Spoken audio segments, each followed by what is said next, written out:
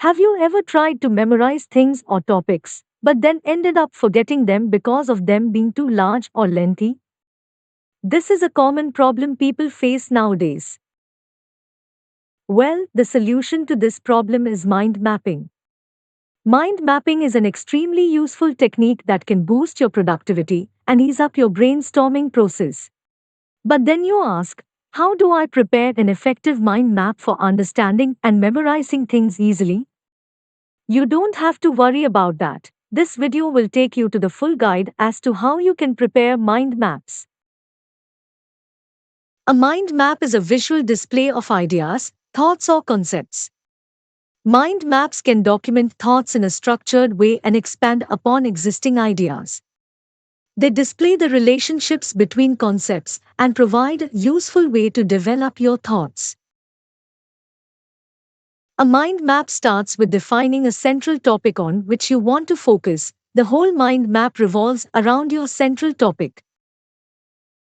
To understand this better, let's look at an example. If you want to create a mind map for business planning, you will choose business plan as your central topic and will write it in a box in the center. Similarly, if you are creating a mind map for a chapter, you should write the name of the chapter in the box. The next step involves identifying the key areas or categories that are closely related to your central topic. Like in the previous example, the key areas can be the different departments within an organization towards which we have to prepare plans. So you will draw their branches out from the center and write their names in boxes. It's not necessary to use specific shapes in a mind map. Instead of using arrows here, you can also use bubbles like this.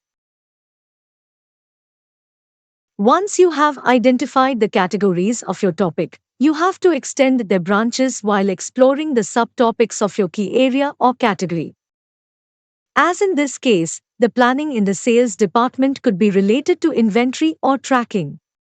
In marketing, it could be related to some website, press release, or social media. In administration, management, and recruitment. And in finance, investment, and shares.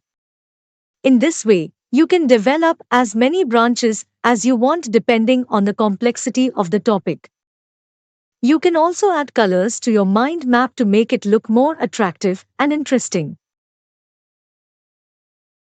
It's not necessary to start your mind map from the center. This mind map can also be aligned sideways like this.